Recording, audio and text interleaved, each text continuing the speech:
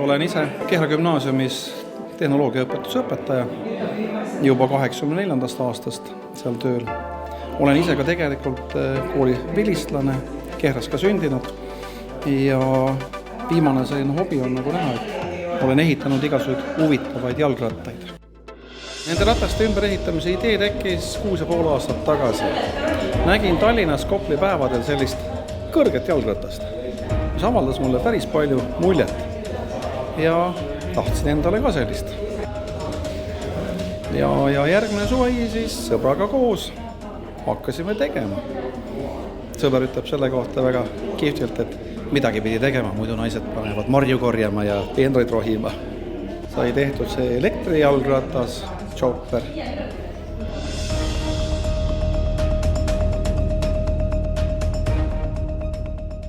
Oleme siia täna tulnud selleks, et Toomas avab oma näitust. Kui need plakatid üles pandi päevi tagasi, siis mu üks noor sugulane näitas näpuga selle plakati peale ja küsis, et mis sa arvad, kas selle puust rattaga saab sõita ka.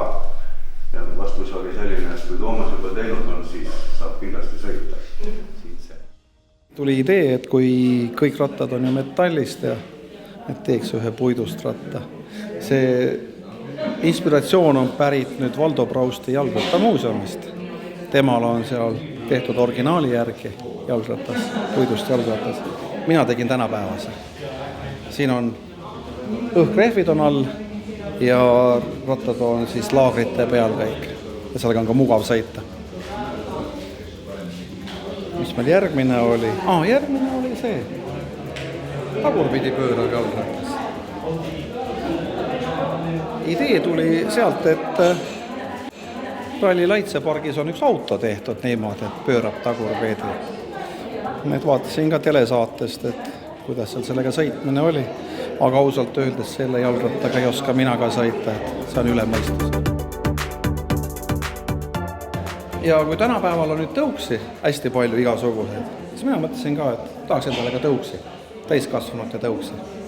Ette panin suurema ratta hästi laia rehviga ja taha ka laia rehvi, et oleks nagu stabiilsem sõita ja teekonarusi nii palju ei tunne ära. Ja raami tõin 15 cm madalamaks. Ja siis ei pea väga palju põlve peal tõukamise aeg siis ennast küürutama. Lenksu tegin ka laiemaks, 15 cm, väga hästi on nüüd juhid.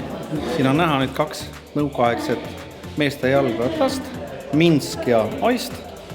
Ja et oleksid hästi näha, et kuidas need raamid on kokku keevitatud, siis on heledam ja tumedam, roheline on näha, kuidas need raamid on. Selle sõiduriistaga ma käisin ka Järva-Jaanis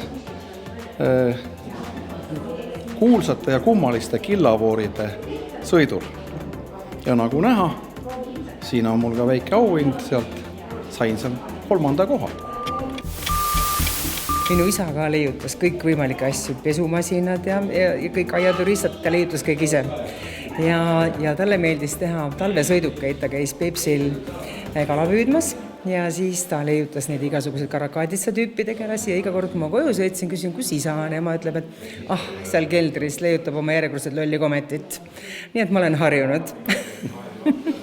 Aga need on toredad asjad muidugi, mida ta teeb, nii et nagu inimesel peab olema hobi. Et kui tal seda hobi ei ole, siis kaob tegelikult üks osa sellisest elusärast ära. Et igaüks peab leidma, mis talle sobib ja tegema seda, mis talle meeldib.